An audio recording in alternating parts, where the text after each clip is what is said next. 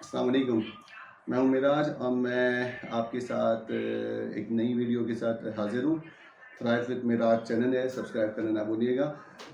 मेरे last video जो मैंने प्रॉपर्टी से रिलेटेड बनाई थी, उसके बाद काफ़ी सवालात आए थे दोस्तों के कि आपने ये तो प्रॉपर्टी के डिसएडवांटेजेस बहुत सारे बता दिए, लेकिन अगर हम इन्वेस्टमेंट करना चाहें तो फिर कहाँ इन्वेस्ट करें।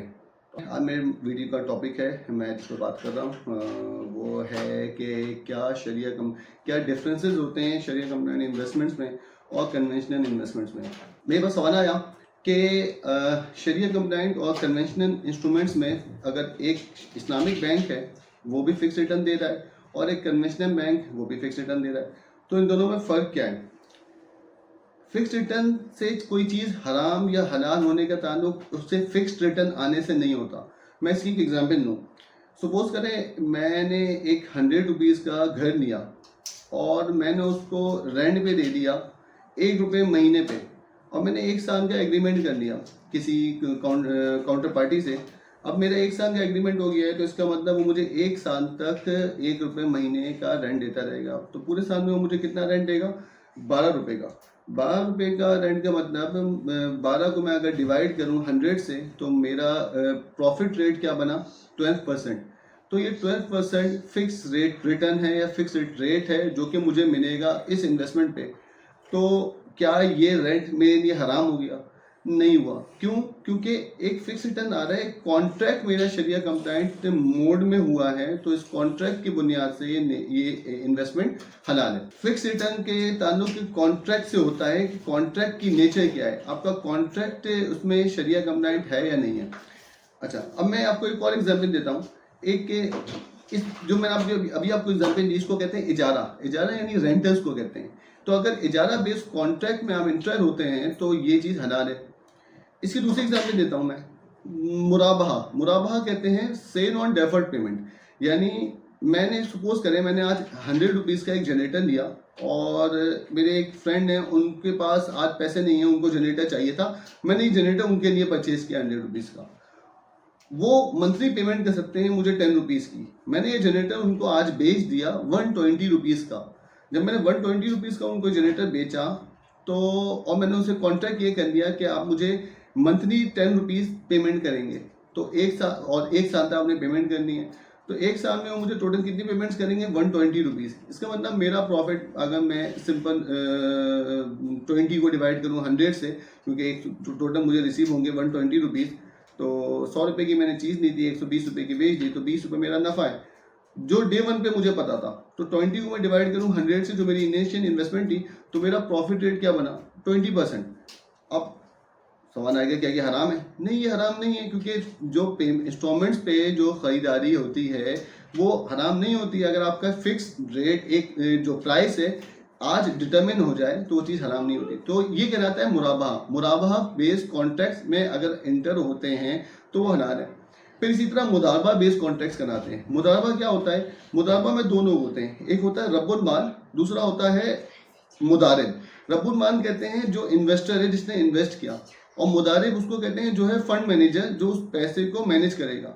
डे 1 पे दोनों मुआहदा कर लेते हैं कि रब्बुल माल किस चीज़ का मुआहदा कर लेता है कि मैं पैसे दूंगा और ये मेरा प्रॉफिट रेट लेट्स सपोज 50% या 40% होगा या 60% होगा। और जो मुदारिब होता है वो कहता है मैं तुम्हारे पैसे को मैनेज करूंगा, क्योंकि मेरे पास ये एक्सपर्टीज है कि मैं उस पैसे को बेहतर मैनेज कर सकता हूँ। वो पैसे को मैनेज करेगा और उसको इन्वेस्ट करके प्रॉफिट बनाएगा।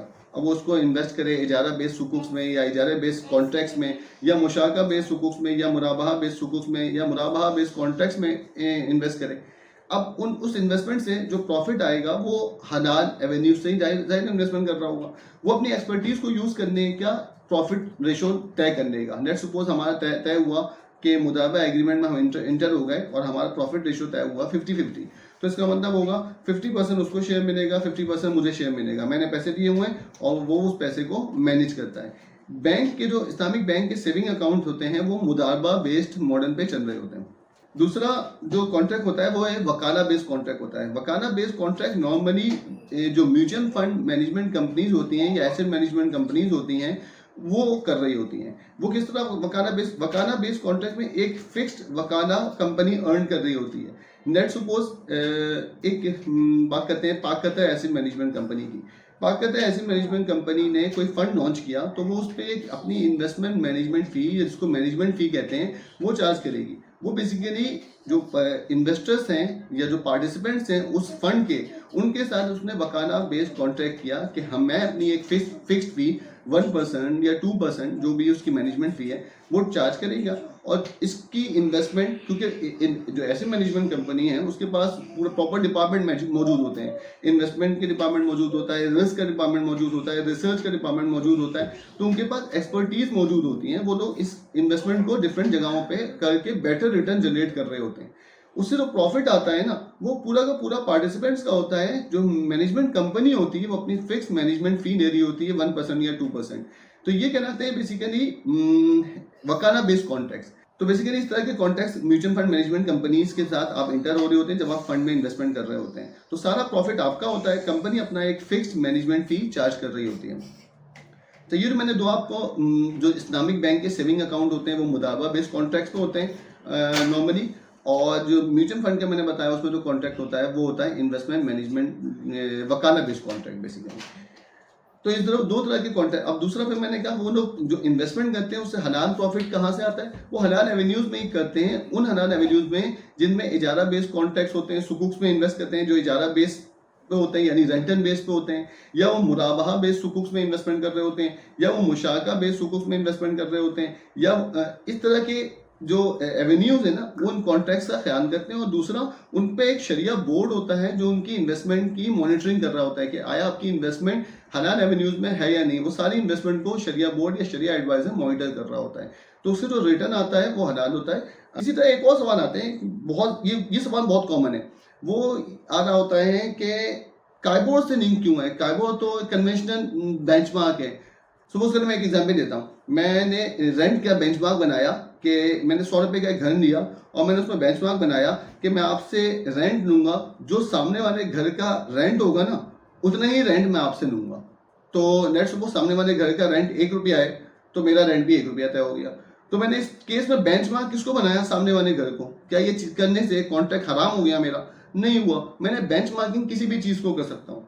अब इसी की एग्जाम्पल मैंने बेंचमार्क सामने वाले घर को करने के बजाय मैंने काइबोर, क्योंकि एक स्टैंडर्ड चलता है, एक स्टैंडर्ड मार्केट का रेट है जो कि स्टेट बैंक की पॉलिसी रेट के साथ ऊपर नीचे हो रहा होता है, वेरी कर रहा होता है। मैंने काइबोर को अगर बेंचमार्क बना लिया कि काइबोर का जितना रेट चल रहा होगा उसका 1% एक्स्ट्रा मैं आपसे रेंट लूंगा, तो इससे मेरा कॉन्ट्रैक्ट हराम नहीं हुआ। शरीयत प्रोसेस पर फॉलो करती है, एंड रिजल्ट पे फॉलो नहीं करती। देखिए मैं इसकी एक और एग्जाम्पल देता हूँ। बिस्मिल्लाह अल्लाहु अकबर कह के आपने ज़बा किया तो चीज़ हलाल हो जाती है। एंड रिजल्ट क्या है? गोश्त खाना। बिस्मिल्लाह अल्लाहु अकबर कहे बगैर ज़बा कर दिया और फिर गोश्त खाया तो हराम हो जाता है। तो एंड रिजल्ट तो मेरा गोश्त खाना ही था, लेकिन सिर्फ प्रोसेस में ऐड हुआ बिस्मिल्लाह अल्लाहु अकबर, जिसकी वजह से चीज़ हलाल और हराम हो रही है। तो इसी वजह से एंड रिजल्ट को आपने फोकस नहीं करना, आपने फोकस ये करना है कि इस प्रोसेस, ये कॉन्ट्रैक्ट इसमें क्या है जिसकी बेस पे इसको इस्लामिक कहा जा रहा है। तो मैं वीडियो का एंड करता हूँ। इंशाअल्लाह कोशिश करूँगा कि जल्दी दूसरी वीडियो के साथ हाजिर हूँ और आप लोगों के साथ इसी तरह इस्लामिक एवेन्यूज़ के हवाले से इन अवेयरनेस पे काम करता रहूँ। जज़ाकल्लाह, thank you so much, thanks for watching, अल्लाह हाफिज़।